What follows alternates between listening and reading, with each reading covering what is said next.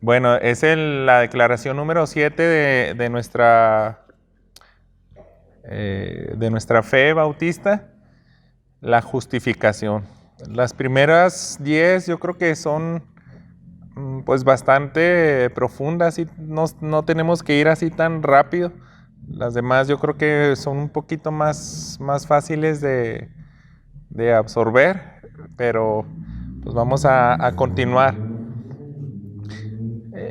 Hay un término que se le llama teología sistemática. Pues a lo mejor algunos sí saben, si no, pues es bueno recordar. Esto es teología sistemática. Cuando tú a lo largo de muchos versículos de la Escritura sacas un concepto. ¿Qué dice la Biblia acerca de la justificación? Tú tienes que leer todos los pasajes que hablan de la justificación, tanto en el Antiguo como en el Nuevo Testamento, y sacar tus conclusiones y plasmarlas de una manera que sea entendible. Todo lo que dice acerca de la justificación en la Biblia, y podremos armar frases como estas. Déjenme leerla. Nosotros, como Iglesia Peniel, creemos que la justificación es, primero que nada, el gran bien que Cristo asegura a los que son salvos. Número 2, un recordatorio del perdón del pecado, atribuyéndoles Dios la justicia de Cristo.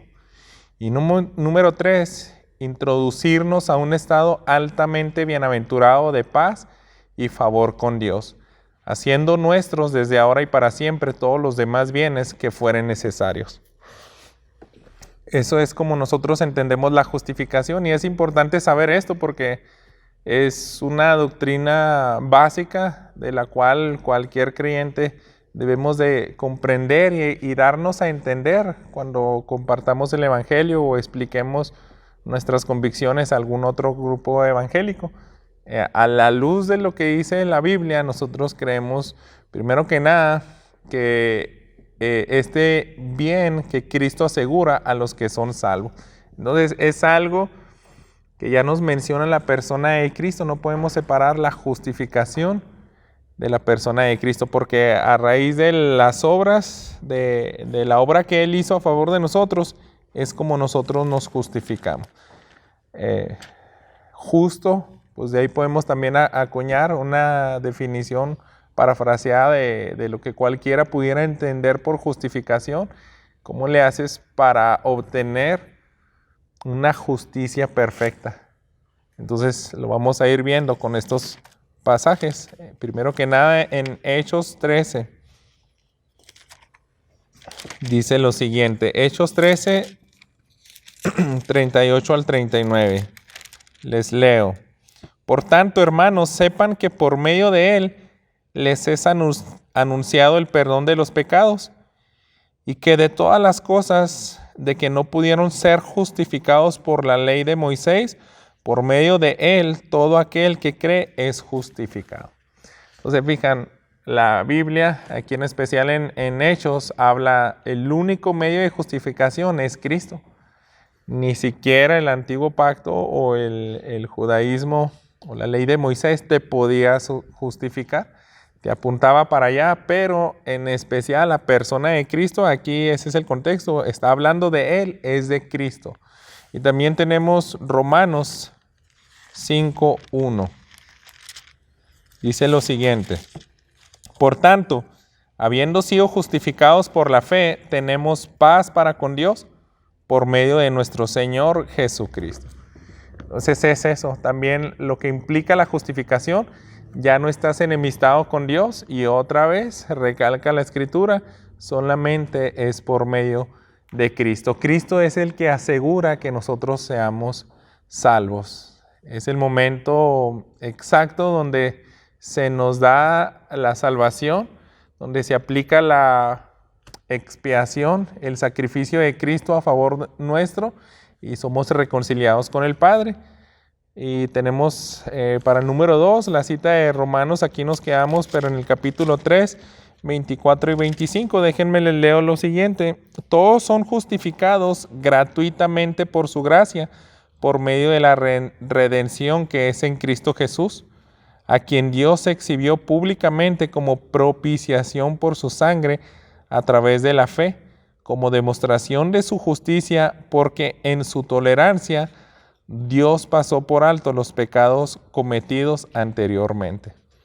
Así que ahí va una palabra clave también que debemos de entender: el perdón de pecados. Cuando hablemos acerca del perdón de pecados, solamente es también a través de Cristo, por fe, y es como Dios puede pasar por alto. Al fin, pasa por alto todos tus pecados pasados, presentes y futuros, porque se lleva a cabo la justificación. Y también dice el número 3, introducirnos a un estado altamente bienaventurado de paz y favor con Dios. Es implícitamente esa reconciliación. Y ahí nos quedamos en Romanos, pero en el capítulo 4, Romanos 5, 8 al 10 dice: pero Dios muestra su amor para con nosotros, en que siendo aún pecadores, Cristo murió por nosotros.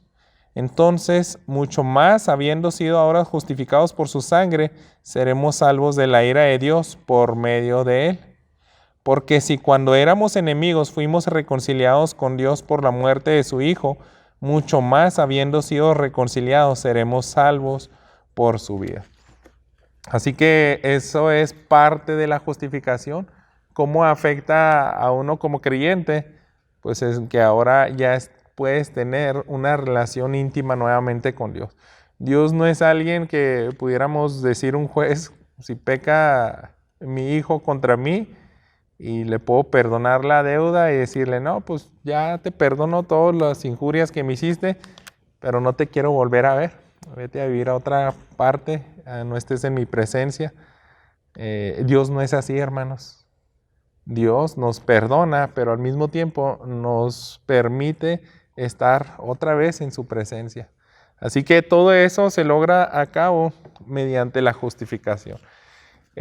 Nosotros creemos eso como cristianos evangélicos, que podemos ser justificados delante de Dios, volver a tener una relación como en el huerto del Edén, pero solamente es a través de Cristo Jesús. Y hasta aquí llega la Confesión Nacional Bautista, pero otra vez vamos a reforzar este tema de la justificación con la Confesión de Westminster. Ellos en su apartado número 11 es donde acuñaron lo siguiente acerca de la justificación. Dice: a los que Dios llama de una manera eficaz, también justifica gratuitamente. Entonces ellos se van un paso anterior.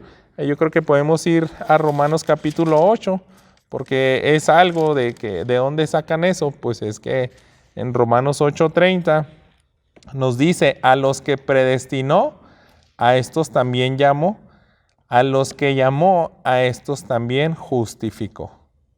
Entonces es eso. Si tú fuiste escogido y llamado, no te puede dejar Dios ahí. Solamente justifica a los que previamente ya había escogido, apartado, y les hizo ese llamado, como le veíamos en domingos anteriores, ese llamado eficaz donde sus hijos responden. Tú no puedes romper esta cadenita. Si nos seguimos ahí en el versículo 30, dice: a los que justificó, a estos también glorificó. En este momento no somos glorificados los que hemos creído en Cristo Jesús, pero llegará un momento, si nuestra fe es real, si realmente fuimos escogidos, esa cadenita, ese paso no va a interrumpirse. Seremos resucitados, como dice Daniel 2, pues para la gloria de Dios. Dice también esta declaración: no infundiendo justicia en ellos, sino perdonándoles sus pecados y contando y aceptando sus personas como justas, no por algo obrado en ellos o hecho por ellos, sino solamente por causa de Cristo, no por imputarles la fe misma, ni el acto de creer, ni alguna otra obediencia evangélica como su justicia, sino imputándoles la obediencia y satisfacción de Cristo. Entonces, es más claro aquí al decir todo eso de que eres justificado por medio de Cristo. ¿Cómo se explica mejor? O mastícamelo un poco más. Entonces es eso. Te perdona, te hace justo, Y todo eso es a través de que Cristo satisfizo todo lo que Dios requería para hacernos justos también a los hombres. Quiero que vayamos ahí, yo creo ahí en el capítulo 3 tenemos varios versículos. Y empezamos desde el 22. Todos son justificados gratuitamente por su gracia, por medio de la redención que es en Cristo Jesús. Entonces eso hace que descarte que tú pudiste pagar algo, tú pudiste hacer algo, ¿no? Fue gratuito. Dice el 25, a quien Dios exhibió públicamente como propiciación por su sangre a través de la fe, como demostración de su justicia, porque en su tolerancia Dios pasó por alto los pecados cometidos anteriormente. 27. ¿Dónde está pues la jactancia? Queda excluida. ¿Por cuál ley? ¿La de las obras? No, sino por la ley de la fe. Y el 28. Porque concluimos que el hombre es justificado por la fe, aparte de las obras de la ley. Entonces ya Pablo dejó bien claro ahí, si tú vas a ser justo, nunca mezcles tus obras, nunca mezcles algo que tú pudiste agregar. Eso no, es lo que nosotros creemos acerca de la justificación. Y vienen más pasajes que podemos seguir agregando, pero dice, ellos por la fe le reciben y descansan en él y en su justicia, o sea, los que son llamados y escogidos. Esta fe no la tienen de ellos mismos, es un don de Dios. Y yo quiero que entendamos aquí, hermanos, que esa fe de todas formas no es una excusa de decir, pues es que si yo no tengo fe, pues es que Dios no me escogió. No, nosotros creemos que la Biblia siempre se nos llama al arrepentimiento, a nosotros se nos llamó y se nos invitó a ejercer fe, a entregar nuestra voluntad. Pero vamos a ver estos pasajes donde también es necesario recalcar de que al mismo tiempo es un regalo de Dios. Hechos 10:44, fíjense. Mientras Pedro aún hablaba estas palabras, el Espíritu Santo cayó sobre todos los que escuchaban el mensaje. Si recuerdan ese incidente en la casa de Cornelio, Dios no se esperó a que Pedro hiciera un llamado. Y así como lo haríamos nosotros, de acá hasta el sermón y a ver, levanten la mano, ¿quién quiere creer en Cristo Jesús y hacerlo? Dios no le dio chance de hacer por sí no hacían ese tipo de cosas, pero dice, simplemente Él estaba hablando y en un punto llega el Espíritu Santo y Él interviene. O sea, nunca se nos habla de que ellos, terminó Pedro de hablar, en unas ocasiones sí ocurre eso, pero Dios obra también de esta manera. Ni siquiera terminaron y les otorgó el Espíritu Santo, el arrepentimiento. Ellos entendieron el mensaje en algún punto y así es como nosotros podemos ver que Dios regala la fe. También tenemos Efesios 2. Estos pasajes son claves. Sin embargo, hermanos, bueno, déjenme primero leerles Efesios 2, 7 y 8. A fin de poder mostrar en los siglos venideros las sobreabundantes riquezas de su gracia por su bondad para con nosotros en Cristo Jesús. Pero fíjense cómo dice el 8, o sea, derrama su bondad para con nosotros en Cristo Jesús, pero dice, porque por gracia ustedes han sido salvados por medio de la fe. Y todo esto, lo que acaba de decir, no procede de ustedes, sino que es don de Dios. Entonces, muchos evangélicos creemos eso. O sea, hasta la fe de la obsequia a Dios. Y es tal vez algún punto de debate donde algunos pudieran decir, no, esa fe sí no me la dio Dios, yo la generé. Pero tenemos este pasaje donde te dice, la fe también te la otorga Dios. Y no quisiera que seamos una iglesia conflictiva en ese sentido de decir, caray, pues es que todo depende de Dios. Sí, pues sí es verdad, pero nosotros tenemos pasajes donde también somos llamados a nosotros ejercer esa fe. Fíjense, por ejemplo, ahí no subrayé, pero vamos a unos de esos, Gálatas 2:16. Sin embargo, sabiendo que el hombre no es justificado por las obras de la ley, sino mediante la fe en Cristo Jesús, también nosotros hemos creído en Cristo Jesús para que seamos justificados por la fe en Cristo y no por las obras de la ley, puesto que por las obras de la ley nadie será justificado. Y Pablo dice, nosotros hemos creído. Entonces, no sé si decirlo, es como una especie de paradoja donde pues también tú puedes decir que entregaste tu voluntad, yo decidí creer, todos nosotros como iglesia hemos creído. Aquí no es un pasaje donde Pablo hizo énfasis, donde se le regaló esa fe, pero él también lo creía. Él en otras cartas como Efesios lo escribió. Y es lo mismo, si te vas a Filipenses 3:9, aquí estamos cerca, si quieren los leemos. Y ser hallado en él, no teniendo mi propia justicia derivada de la ley, sino la que es por la fe en Cristo Jesús, la justicia que procede de Dios sobre la base de la fe. Entonces está diciendo, yo si tuve justicia, pues no vino por mí, siempre vino todo eso, vino por Dios. O sea, fue un regalo de Dios. Y el medio, pues la fe. Entonces, está muy íntimamente relacionado. Ejercer nuestra fe, pues es también ver que es un regalo. Y todos somos llamados a eso.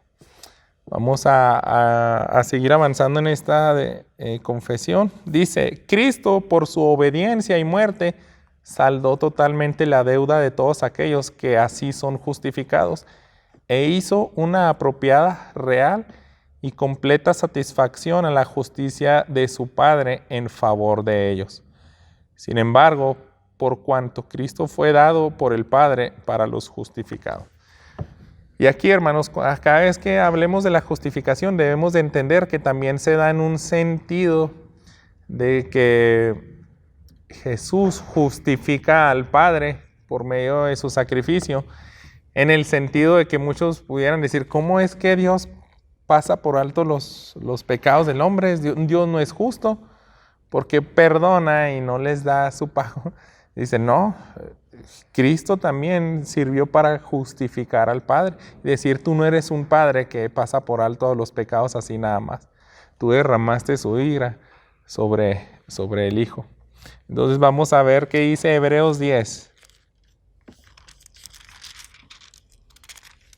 Versículo 10 y el 14. Por esa voluntad hemos sido santificados mediante la ofrenda del cuerpo de Cristo, de Jesucristo, ofrecida una vez para siempre.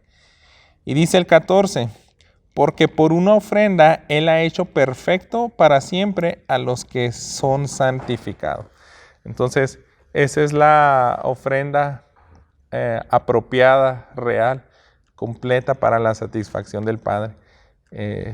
Sabemos que Cristo fue perfecto, entonces su justicia también es perfecta. Isaías, aquí nos vamos al Antiguo Testamento, pues donde desde ahí tenemos versículos donde ahí se ve la justificación explicada desde el Antiguo Pacto, 53, 4 al 6. Dice, ciertamente Él llevó nuestras enfermedades y cargó con nuestros dolores. Con todo nosotros lo tuvimos por azotado, por herido de Dios y afligido. Pero Él fue herido por nuestras transgresiones, molido por nuestras iniquidades. El castigo por nuestra paz cayó sobre Él y por sus heridas hemos sido sanados. Todos nosotros nos descarriamos como ovejas, nos apartamos cada cual por su camino, pero el Señor hizo que cayera sobre Él la iniquidad de todos nosotros. Siempre que hablamos de la justificación, por eso aquí entendemos por qué se llevó a cabo, porque Cristo fue el que satisfizo, ¿no?, la ira de Dios al derramar, al hacerse maldito, ¿verdad?, por todos nosotros. Y tenemos Romanos 8:32. El que no negó ni a su propio Hijo, sino que lo entregó por todos nosotros, ¿cómo no nos dará también junto con Él todas las cosas? Dios es el que permite y logra todo esto en conjunto con el Hijo. Pero el Padre nos está diciendo, Él es el que da. Él es el que da al Hijo. También Jesús dijo, yo pongo mi vida, y así como tengo poder para quitarla y volverla a tomar. Dice, su obediencia y satisfacción fueron aceptadas en su lugar. Aquí es donde más bien tenemos que ir a Efesios. Efesios 5:2. Y anden en amor, así como también Cristo les amó y se dio a sí mismo por nosotros, ofrenda y sacrificio a Dios como fragante aroma.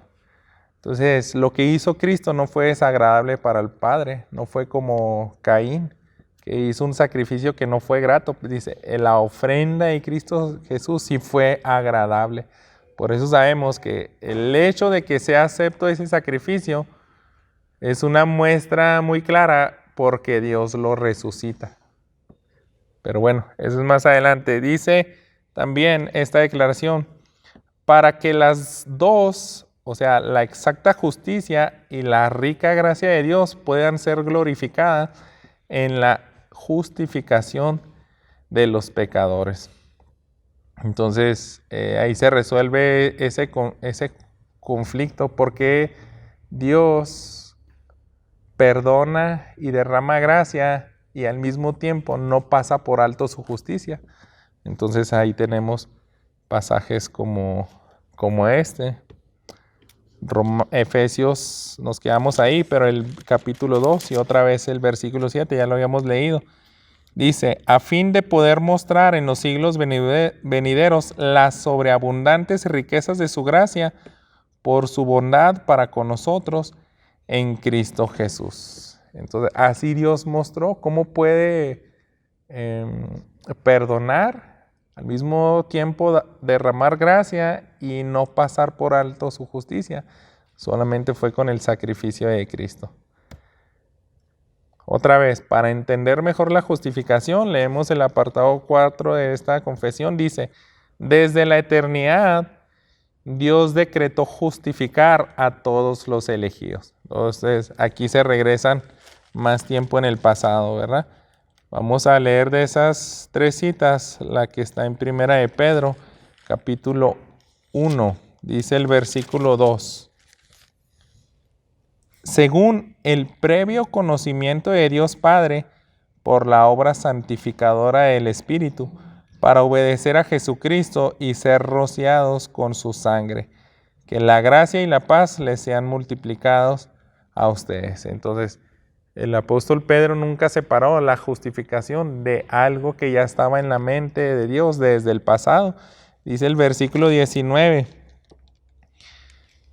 sino con sangre preciosa como de un cordero sin tacha y sin mancha, la sangre de Cristo, porque Él estaba preparado desde antes de la fundación del mundo, pero se ha manifestado en estos últimos tiempos por amor a ustedes.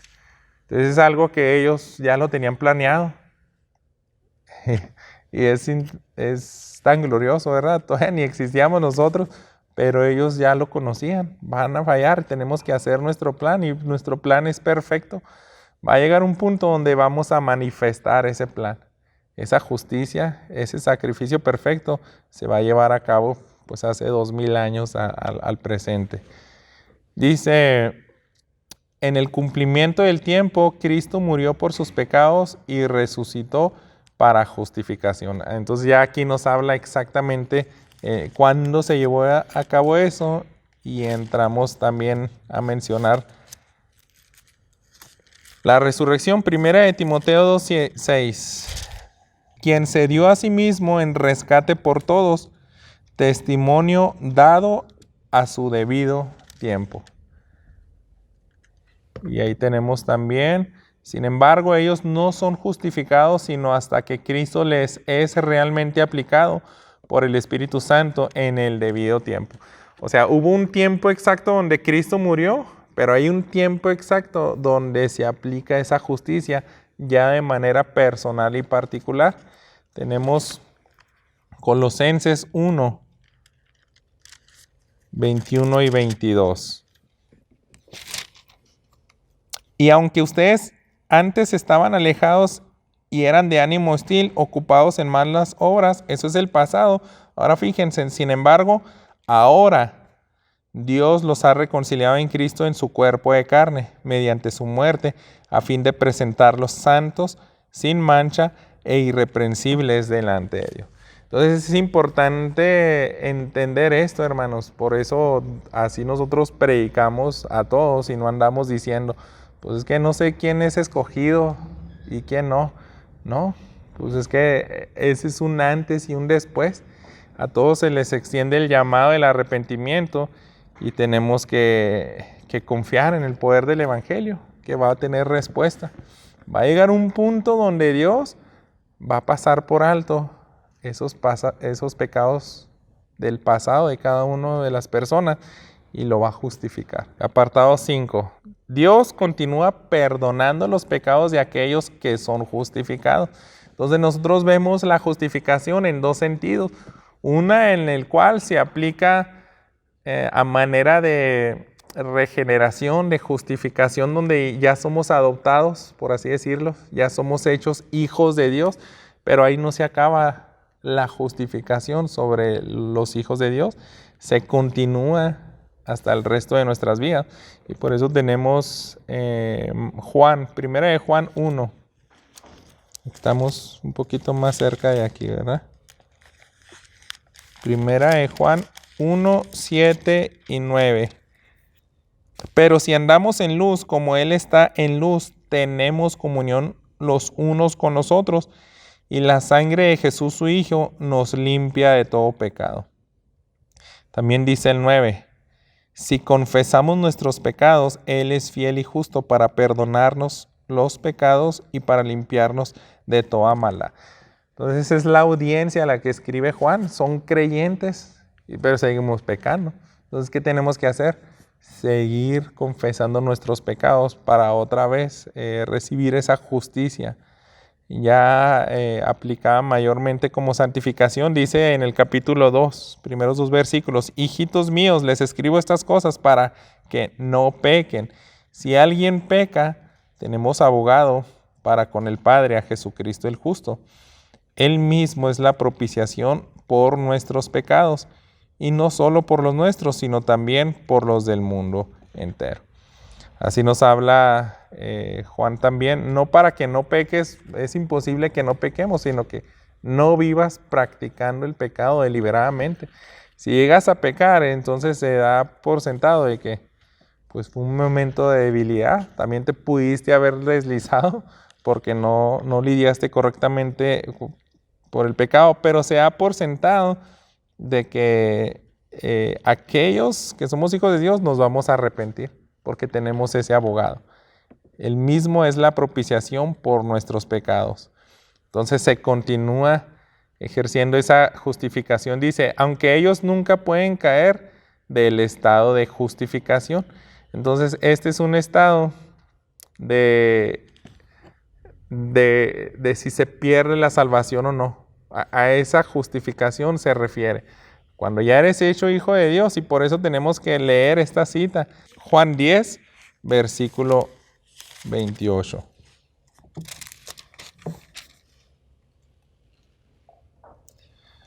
Yo les doy vida eterna y jamás perecerán y nadie las arrebatará de mi mano. Entonces, esto es literatura juanina. O sea, el mismo apóstol Juan que escribe que te tienes que confesar constantemente delante de Dios. Dice, de todas formas, ellos mismos nunca van a ser separados de la mano de Dios. ¿Por qué? Porque hay esa justificación de que ya fuiste hecho hijo de Dios, justo, perfecto, pero de este lado de la eternidad también está esa justificación continua. Sin embargo, dice, pueden por sus pecados, en ese caso donde vas a estar cayendo, caer bajo el desagrado paternal de Dios y no tener la luz de su rostro restaurada sobre ellos hasta que se humillen, confiesen sus pecados, pidan perdón y renueven su fe y su arrepentimiento. Entonces, hay sistemas teológicos donde dicen, no, es que sí se pierde la salvación porque haces un pecado así tremendo, terrible, y nosotros creemos que no. Lo que pasa es que si eres hijo de Dios, eres justificado, Dios te va a disciplinar. Al que toma por hijo, no lo va a dejar así tranquilo y puede lidiar tan fuertemente con ellos, pues acabamos de ver, ¿no? La vida de Sansón. Pero con tal de que pidan perdón y renueven su fe y su arrepentimiento. Entonces es un acto constante. Nosotros creemos eso, la salvación no se pierde, pero hay que dudar. Si no se están arrepintiendo constantemente, yo creo que nunca fueron justificados. Vamos a ver qué dice Salmos. Yo creo que aquí nos va a dejar más claro. Salmos, el capítulo 89. Versículo 31 al 33. Si violan mis estatutos y no guardan mis mandamientos, entonces castigaré con vara su transgresión y con azote su iniquidad, pero no quitaré de él mi misericordia, ni obraré falsamente en mi debilidad. Entonces Dios, así es el mismo antes, ahora. Mateo 26, el versículo 75, dice, Pedro se acordó de lo que Jesús había dicho, antes que el gallo cante, me negarás 3 veces, y saliendo afuera lloró amargamente. Me gusta por qué pusieron ellos este versículo, porque entendemos toda la historia de Pedro. Él no se suicidó como Judas y le falló igual, hasta tan feo, tan terrible.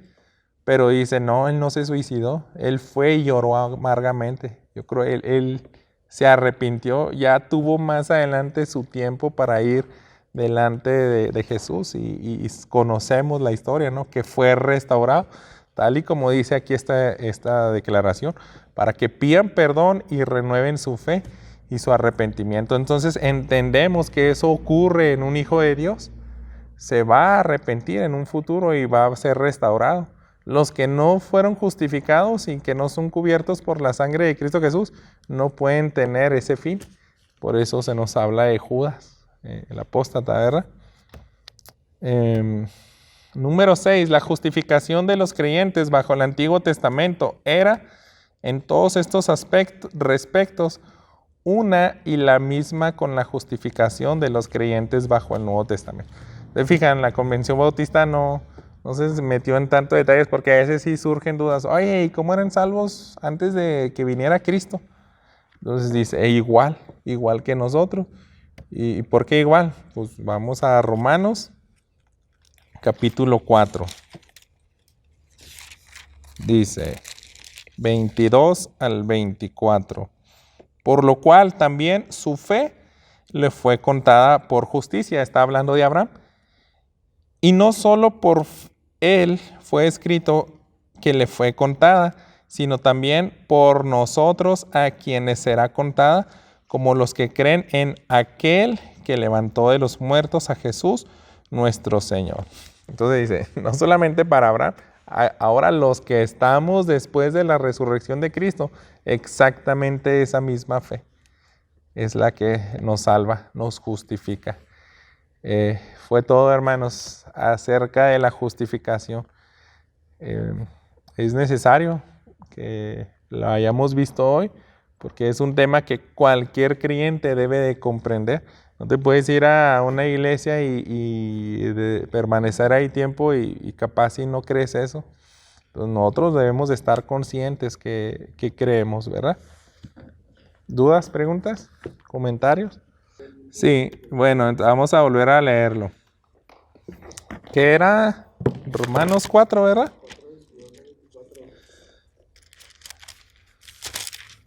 Romanos 4. Bueno, la respuesta es corta. No te preocupes porque pues ya vivimos después del tiempo de Jesús. Entonces, pero sí hay veces donde alguien es curioso y pueden renegar delante de Dios porque decir, entonces no eran salvos las personas antes de Cristo Jesús, o sea, hasta que Él vino y murió, y no, ellos también eran salvos. ¿Por qué? Porque ejercieron fe ellos tenían sombra de lo que ahora es el nuevo pacto. Entonces en Colosenses veíamos eso, ¿no? El judaísmo son sombras de lo que ahora ya se nos iluminó a nosotros. Pero de todas formas, ellos siempre creyeron en un libertador. Siempre creyeron en alguien que iba a justificar. Y Abraham se nos dice, él creyó y le fue contado por justicia. A Abraham se nos dice, Pablo en este capítulo 4 está hablando todo eso en los versículos previos. Y se nos cita, por ejemplo, también un salmo, pero fíjate, en el versículo 3 dice, porque, ¿qué dice la Escritura? Y creyó Abraham a Dios y le fue contado por justicia. Entonces, se le imputó la justificación de que él ya es un hombre perfecto. Ahí en la tierra fue un pecadorzote, o sea, andaba haciendo cosas con su esposa y cosas no dignas, ¿no?, de un hijo de Dios. Él batalló con su pecado, pero dice, el creer a Dios es lo que justifica, el acto de la fe. Entonces ahora sí vamos a repasar esos versículos 22 al 24 otra vez. Por lo cual también su fe le fue contada por justicia a Abraham, y no solo por él fue escrito que le fue contada, sino también por nosotros. A nosotros también se nos cuenta esa fe justificadora, como los que creen en aquel que levantó de los muertos a Jesús nuestro Señor. Entonces él dice, no hay ninguna diferencia. Abraham y nosotros somos justificados, pero nosotros ya entendemos, o sea, de que Cristo es el que resucitó. Nosotros ya vimos la obra completa de Cristo Jesús. Ellos confiaban y veían figuras y esperaban de que iba a venir un sacrificio perfecto. Ellos querían una justicia perfecta con el Padre, pero son versículos que aquí podemos meter todavía más, pero vamos a repasar ese. Hebreos 11:13. Todos estos murieron en fe sin haber recibido las promesas, pero habiéndolas visto desde lejos y aceptando con gusto, confesando que eran extranjeros y peregrinos sobre la tierra.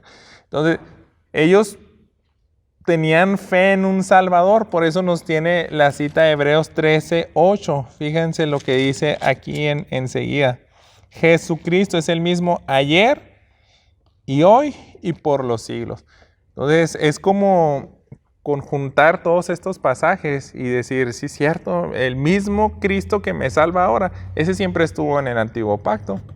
Y a él miraban, tal vez de una manera no muy clara, como vimos hoy, ¿no?, en los jueces.